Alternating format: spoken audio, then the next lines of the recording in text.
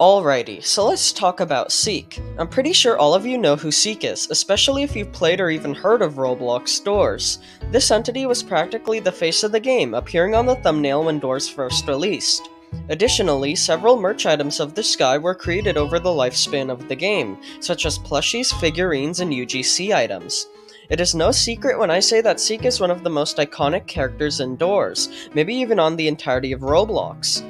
So it should be a surprise to nobody when I say that they are almost definitely making a return in the heavily awaited Floor 2 update for Roblox stores. That's right, not only will we have to battle Seek again in the next stores update, but I think I may have figured out exactly how their debut will play out. So with all of that being said, let's begin. Alrighty, so before we dive into Seek appearing in Floor 2, we should discuss what they do currently in-game. Right now, Seek is a boss-like entity which is encountered twice every run, once around door 30 and another time around door 70.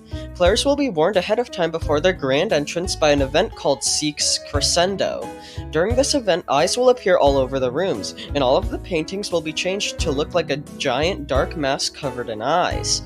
When you finally do encounter Seek, he'll chase you down across several rooms, and during this chase sequence you have to crawl under fallen objects as well as maneuver into the correct rooms whenever there is a fork in the road, which can prove to be quite tricky, especially for beginners.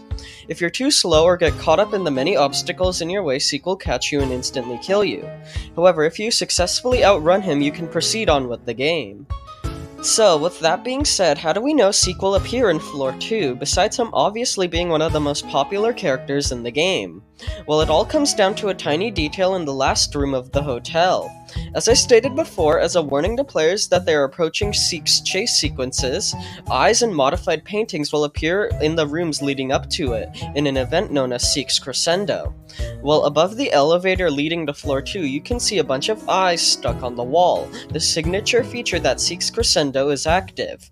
These eyes only appear right before Seek does, so them appearing at the entrance of the mines is a subtle hint that the entity will return there. So, now that we know Seek is most likely making an appearance in the mines, how will they function? Well, it's pretty obvious that there will be another chase sequence involving them, as that is essentially the whole gimmick of the entity, but the question I'm asking is more about what will we witness during this chase sequence. If you recall, in the Seek chase sequences in the hotel, players must first crawl under fallen objects, then choose the correct path in forked hallways, then finally maneuver around large hands and fallen chandeliers. It's obvious that we'll have to face different obstacles in the Floor 2 version of Seek's chase sequence, and although much isn't known about what those obstacles are, there's one teaser we received which makes me believe that these chase sequences will be, get this, a minecart chase. For one, we already know minecarts are coming to Floor 2 based on how they appear in the Floor 2 teaser video posted a while back. We also know that they are able to damage players based on that same video. However, Redibles, who is a Doors developer, actually gave us a look into some new guiding light dialogue coming in the new update, and this dialogue directly addresses minecarts. As you can see from this image, Guiding Light actively teaches you how to properly avoid an oncoming minecart. And something I noticed is that the wording of this dialogue seems very similar to the way Guiding Light speaks if you fail the Forked Hallway section in Seek's original chase sequence. Not only does the minecart and Forked Hallway challenges have 3 separate Guiding Light messages, which only happens if the threats are difficult and reoccurring, but based on these messages, it appears both challenges will function similarly, where players have to look both ways before proceeding.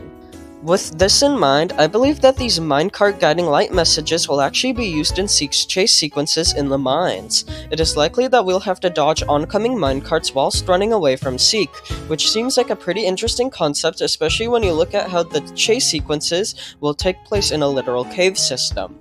Additionally, staying on the topic of minecarts, I think there is a possibility that Seek will chase you whilst riding in one. Not only would this fit the theme of Floor 2, but it would also be pretty cool partaking in a minecart chase indoors. Anyways, that was essentially everything about Seek appearing in the mines and Roblox stores.